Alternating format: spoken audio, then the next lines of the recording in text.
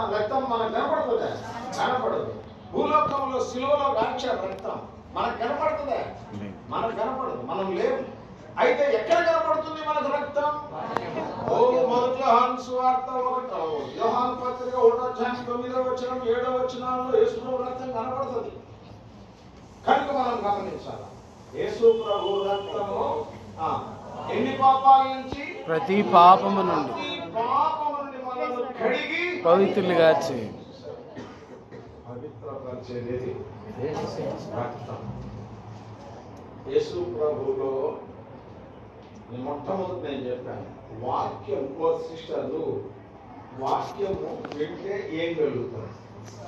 అయ్యో నాయన మీరు అలాగే చెప్పే అన్ని అందిస్తే పడతాయి. మీరేమన్నా పనులను తీసుకుపోతారా సిస్టర్? మీకు ఎందుకు చెప్పాలి చెప్పండి,